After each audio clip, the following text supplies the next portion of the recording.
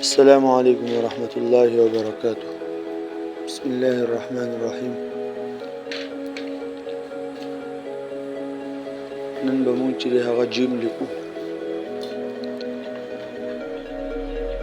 جیم څنګه لیکل غواړي، په څه طریقه باندې، ګولایي به څومره وي، دا ټوله طریقه به نن چې هغه مونږ په خطونو په حساب باندې ښایو.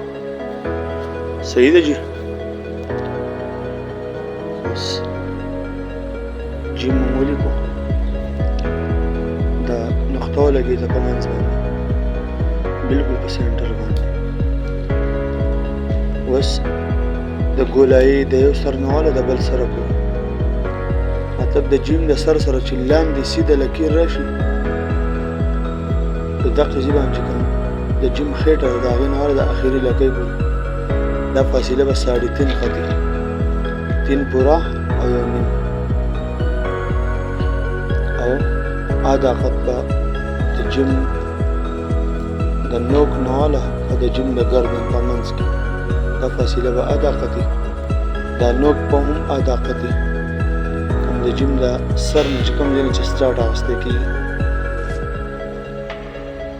ادا خط.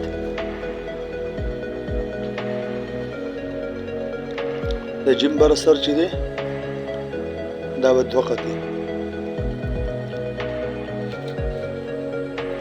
او ګردن د جیم ماری کله چې د سر نه راځي ښکته ګولایي طرف ته دا به هم 3 خطي.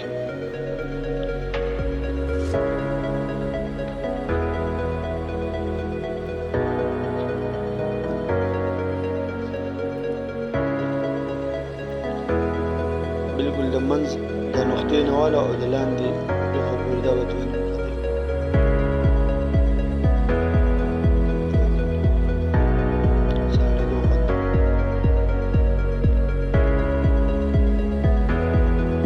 د جیم د کوم ځای نه چې سټارټ اخیستی کېږي اورنی نوک او پیټ دا خېټه چې ده دا دواړه به یو شي، یو بل سره یو بل نه هغې پیچلي دي، که د دې بل نه مخکې ویشتل دا جیم ګولایي دی، او د جیم ګولایي چې ده دا تیز ویشل.